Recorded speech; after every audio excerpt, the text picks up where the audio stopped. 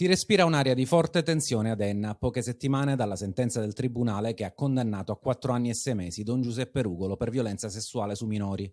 Una tensione che sta crescendo visibilmente dopo l'annullamento del divieto di dimora per il sacerdote che abbiamo sperimentato personalmente. Avevamo raggiunto con una troupe Antonio Messina, il giovane archeologo che ha denunciato gli abusi subiti da Don Rugolo, nell'ambito di un'inchiesta sui fatti di Enna, ma appena terminata l'intervista di fronte al Duomo cittadino, il giovane e la nostra troupe sono stati attaccati e insultati in maniera sempre più violenta.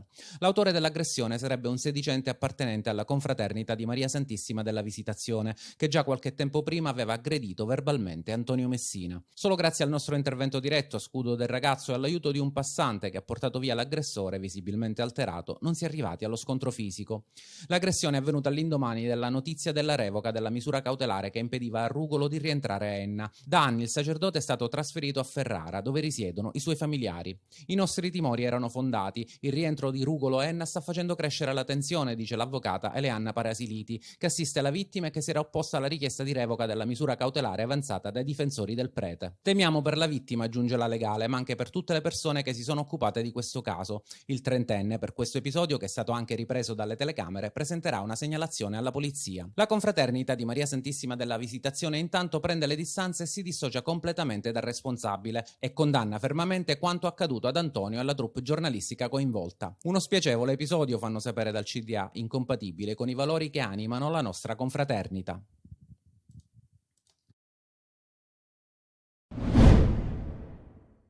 Non si arresta l'escalation di aggressione e di violenza a danno del personale sanitario, letteralmente in trincea, in ospedali e ambulatori spesso carenti di attrezzature e nelle piante organiche. Adesso bersaglio di un paziente è stata una dottoressa in servizio all'ambulatorio di medicina generale a Palma di Montechiaro nell'Agrigentino. Lina Petrucci sarebbe stata insultata e minacciata verbalmente da un suo paziente all'interno dello studio medico. Ad alterare l'uomo sarebbe stato il mancato rilascio di un certificato medico da parte della dottoressa. In verità, secondo quanto spiegato dal medico, lo stato di salute del paziente non sarebbe stato tale da giustificare un certificato medico che altrimenti sarebbe stato falso. Lui si è infuriato e ha coperto la dottoressa di insulti e minacce. La malcapitata è scappata via, si è recata in caserma e lo ha denunciato ai carabinieri. A seguito di quanto accaduto, il presidente dell'Ordine dei Medici di Agrigento, Santo Pitruzzella, ribadisce l'appello a predisporre degli appositi servizi di sicurezza nei presidi sanitari. Noi che siamo in trincea chiediamo l'aumento di risorse umane intendo medici, infermieri e personale di supporto. Contro le aggressioni nelle strutture sanitarie non solo telecamere e posti di polizia, ma più medici e infermieri. È l'appello della CGIL che ha organizzato un sit-in in difesa della sanità siciliana in tutte le province dell'isola. A Catania manifestanti davanti all'ospedale Garibaldi Centro denunciano la carenza di personale e pronto soccorso sovraffollati, che spesso diventano teatro di episodi di violenza e minacce nei confronti dei sanitari. Ma noi da tempo diciamo che bisogna potenziare la medicina del territorio, ovviamente più case di cura, più ospedali di comunità che erano oltretutto previste nel piano nazionale di ripresa e resilienza, quelle potrebbero smaltire i pronti soccorsi perché le aggressioni al personale sanitario avvengono proprio per gli affollamenti e la gente è disperata. Dietro questa carenza di personale c'è anche la grande fuga verso la sanità privata. È chiaro che molti medici stanno andando verso il privato perché vengono anche pagati meglio rispetto alla sanità pubblica. È chiaro che il numero chiuso nelle università è un problema, è ovvio che il tema del personale è un tema che va affrontato a 360 gradi, noi chiediamo più assunzioni, è chiaro che potenziare la sanità è potenziare praticamente la tutela del cittadino. Erano molto stremati perché il viaggio è stato molto lungo, da quelle poche notizie diciamo che siamo riusciti ad avere è stato un viaggio di quasi una settimana, non hanno mangiato per tanti giorni. Sono sbarcati al porto di Catania intorno alle 3 della notte scorsa i 23 superstiti di un naufragio lungo le rotte della speranza, anzi della disperazione. La nave Ocean Viking, che li ha salvati, doveva proseguire il suo viaggio fino ad Ancona, ma le condizioni degli uomini e delle donne richiedevano un intervento immediato e così si è subito messa in moto la macchina catanese dell'accoglienza e del soccorso, con Croce Rossa, Protezione Civile, ASP e Questura. In 21 adesso si trovano qui, al centro di prima accoglienza di via Forcile, mentre 2 sono ricoverati all'ospedale Cannizzaro. Molti sono arrivati disidratati e noi ovviamente li abbiamo accolti nel migliore dei modi. Uno di questi 2 ragazzi ha presentato positività al Covid, ma anche una patologia gastrointestinale, quindi probabilmente dovrà essere studiato e verrà ricoverato presso il nostro reparto di malattie infettive. L'altro invece presenta delle ustioni da carburante o verosimilmente da carburante ai glutei, alle ginocchia e ai piedi. Stando ai drammatici racconti dei naufraghi, sarebbero morti in 60. Sì, la cosa triste è questa. Le condizioni che hanno presentato questi ragazzi già dimostrano la grande, estrema precarietà di questo trasbordo, perché le ustioni da carburante vuol dire che sono rimasti a contatto con liquido infiammabile per più tempo. Per questo motivo infatti abbiamo messo a disposizione appunto una psicologa, potenziando il servizio che già noi offriamo normalmente durante il lavoro che facciamo qui dentro. Intanto il via vai di pullman che trasportano migranti qui in via Forcile prosegue. C'è chi arriva da Porto Empedocle dopo essere sbarcato a Lampedusa e chi invece va via verso altri centri di accoglienza italiani.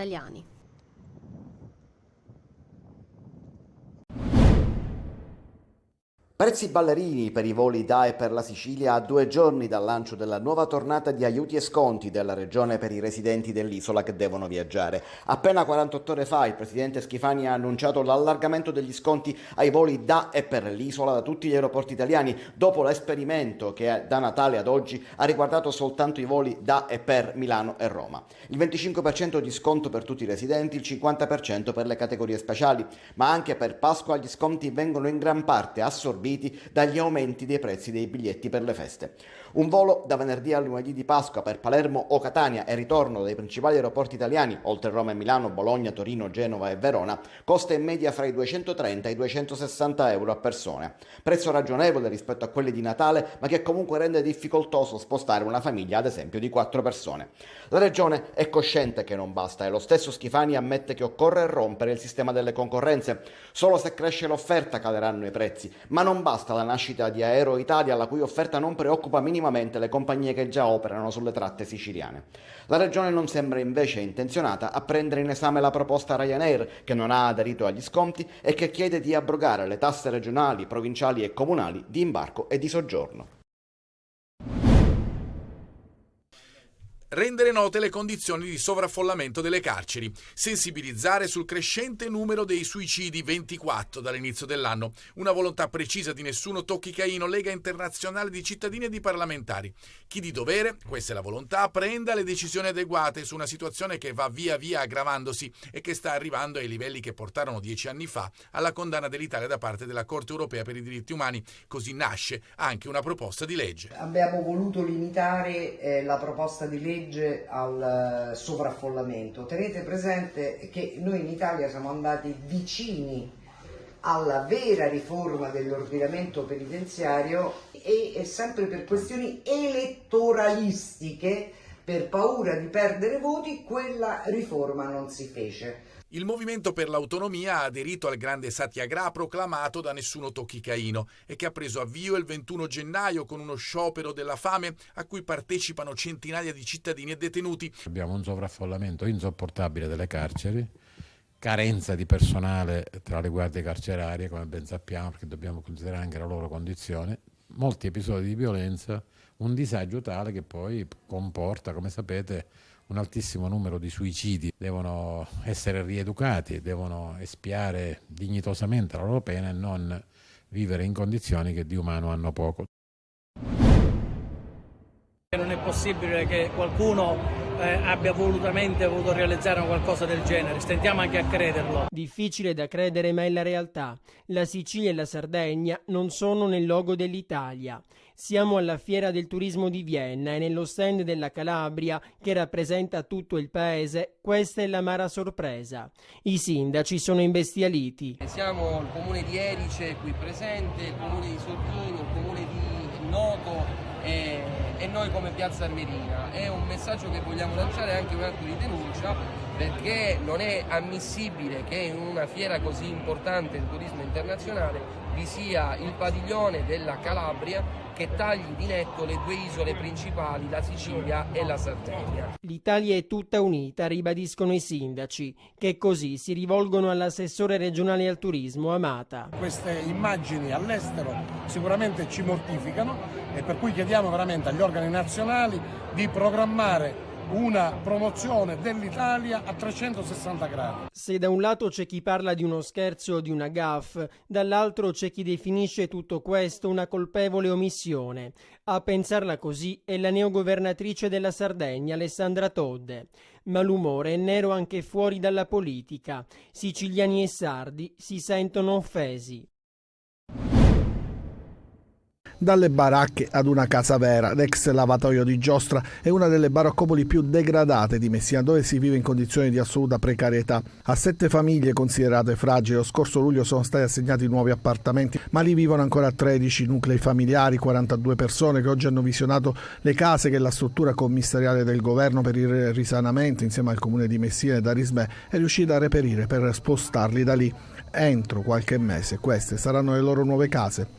Quando ho visto la mia casa hanno aperto solamente la porta, era al buio, un'emozione bellissima, appena hanno alzato la tapparella, bellissimo, sento mia figlia gridare questa sarà la mia camera perché mia figlia è soggetto fragile, è una casa bellissima e poi una casa è casa, dico, io qua quando dormivo mi arriva anche l'acqua di sopra, io tutto il giorno ho timore che quando piove mi controllo se mi entra acqua. Sono belle, la verità, confronto alle baracche sinceramente le case sono belle. Sì, sicuramente, questo sì, la pulizia, crescono diversamente, questo sì. Si tratta di uno dei passaggi più importanti del risanamento della città che prosegue spedito. In quell'area adesso si potrà demolire tutto e pensare magari ad uno spazio da destinare alla comunità, valorizzandolo grazie alla presenza proprio accanto di quella che viene considerata la tomba di Antonello da Messina. Il prossimo passo sarà quello di demolire e restituire quest'area alla città. Vedremo insieme all'amministrazione comunale come riqualificare quest'area. D'altronde qui c'è una palestra a 5 metri e siamo praticamente accanto alla presunta tomba di Antonello da Messina.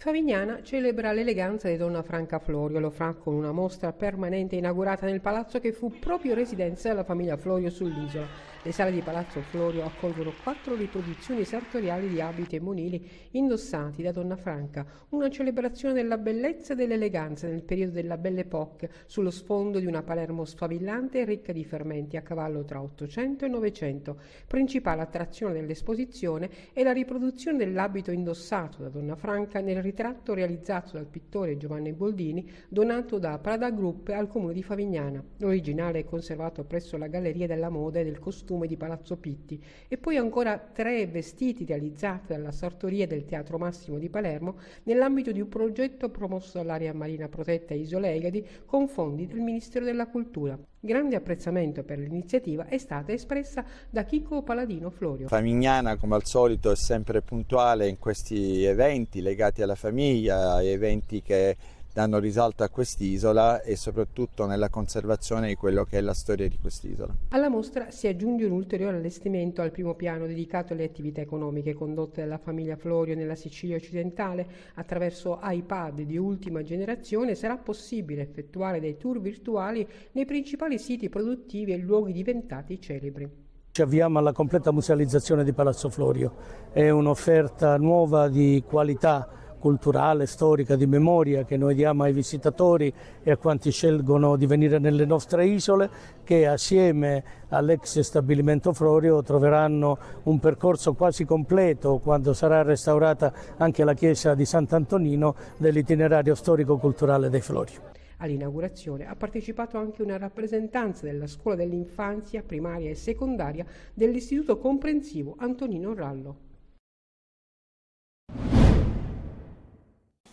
Vittoria sporca, vittoria sofferta, col brivido, comunque la si veda, vittoria, che può servire anche a riannodare il filo con la fortuna, oltre ad avere un'importanza capitale per la classifica e per il morale. Vittoria che, va detto a chiare lettere, non nasconde le consuete pecche del Catania, fisiche, di gioco, soprattutto mentali. Nella ripresa dopo il pari il Cerignola ha avuto le chance per vincerla, ma alla fine i sorrisi sono per gli etnei, a partire da quello di Chiricò, che ha messo a segno il rigore dell'1-0, tornando al gol dopo quasi 3 mesi. Sono veramente felicissimo, soprattutto per la vittoria, ma poi finalmente è arrivato il gol in un momento, diciamo, delicato della stagione, no? E questa partita per noi oggi era veramente troppo importante. Il 2-1 col Cerignola, un successo che in campionato mancava da quasi un mese, matura dopo un secondo tempo in cui il Catania si ferma, abbassandosi e disunendosi. L'avvisaglia è un gol divorato da Malcore al secondo minuto. Il bomber dei pugliesi non sbaglia però poco più tardi, fa 1-1 e manda il Catania in bambola. Ci sono stati 10 minuti senza... Non voglio essere presuntuoso, soltanto io potevo capire quello che stavano provando, perché passano gli anni, ma la tensione e l'adrenalina che ti può dare questo campo in un senso o nell'altro è quella. Dunque c'è stato un momento che avrei dato tutto me stesso per aiutarli, per spingerli. Nel momento più difficile però ecco Zammarini, è una bella azione dei rossazzurri. 2-1 che vale tanto, come detto, nonostante la prestazione. E adesso si pensa al Padova per la Coppa, probabilmente con un Di Carmine in più. Tramortito, non crea gioco e non tira in porta. Ripresa, Corini mette dentro Aurelio, Vasic e Graves, la musica non cambia. Ceccaroni di testa colpisce la traversa, occasione sfumata, la formazione di Vanoli è ben messa in campo e rischia poco, il Palermo è al tappeto, il Venezia tiene via, la posizione del tecnico è in discussione.